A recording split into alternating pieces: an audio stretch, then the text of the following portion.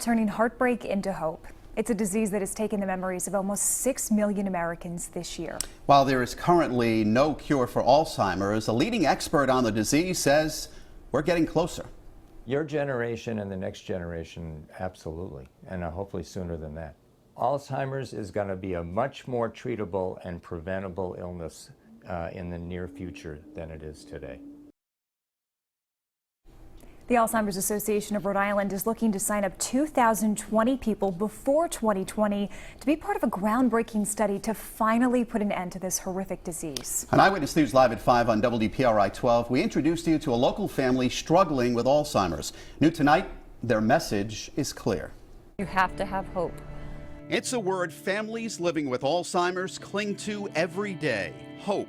Diane Fitzgerald knows the pain all too well. Diane's mom, brother, and sister have all died. Her sister Janice is struggling with early onset Alzheimer's and is in a nursing facility. The thought of the disease frightens her. 20 years ago, I was just having my kids. I didn't want to talk about it. I never once thought that I had to worry about my children. Even though my mother had it, for whatever reason, it didn't register that this could happen to me, this could happen to my kids. It's one of the worst things you could really ever imagine.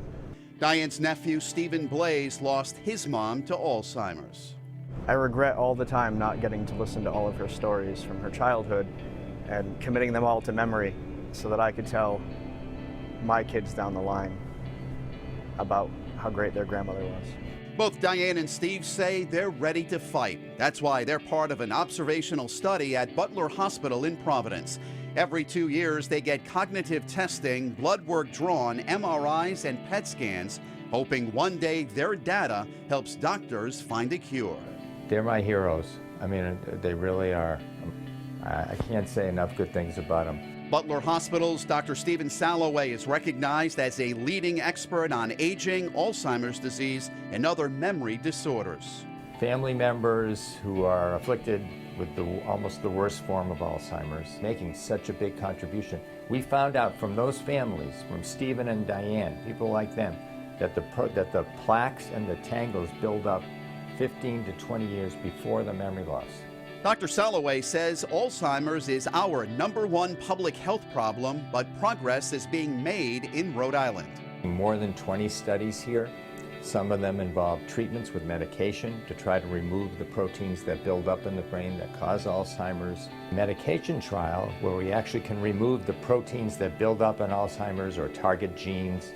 That's a treatment coming once a month, getting infusion of a vaccine that targets those proteins to try to lower them or remove them from the brain.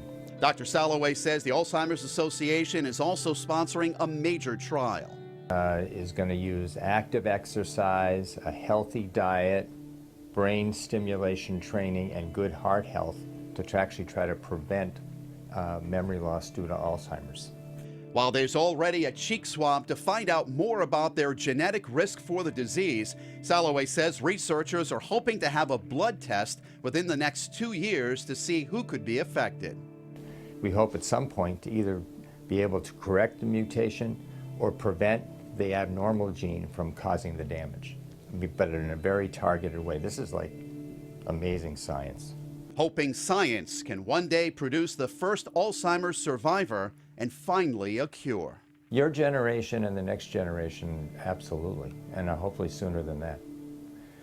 It's going to come in a wave. It's not going to come, we're going to wipe it off the map, like a polio vaccine kind of thing.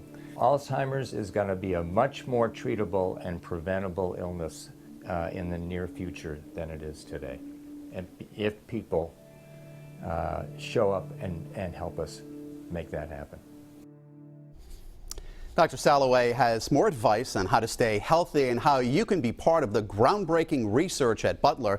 It's our web extra on WPRI.com. Plus, another way you can help is by joining us Sunday morning for the Walk to End Alzheimer's at Roger Williams Park in Providence. An emotional ceremony begins at 9:30. The walk kicks off at 10. WPRI 12 and Fox Providence are proud sponsors of the Walk to End Alzheimer's. Families often feel alone when they're battling this disease. We invite you to come Sunday. There'll be about 3 3,000 people there, all in the same boat, and you can actually ask for advice and get some help by professionals who will be there. You think of all of the families just in Rhode Island who are affected by this disease. What a beautiful event to come out and to pay tribute to their loved ones and to what they've been through. You said, Diane talking about hope, and that hope is based on research, and that research needs money from the walk. So we're hoping it's going to be a nice day on Sunday. I'm through. So you're going to come through. Oh, yeah. Tony's there all the time. I wouldn't have it any other way. But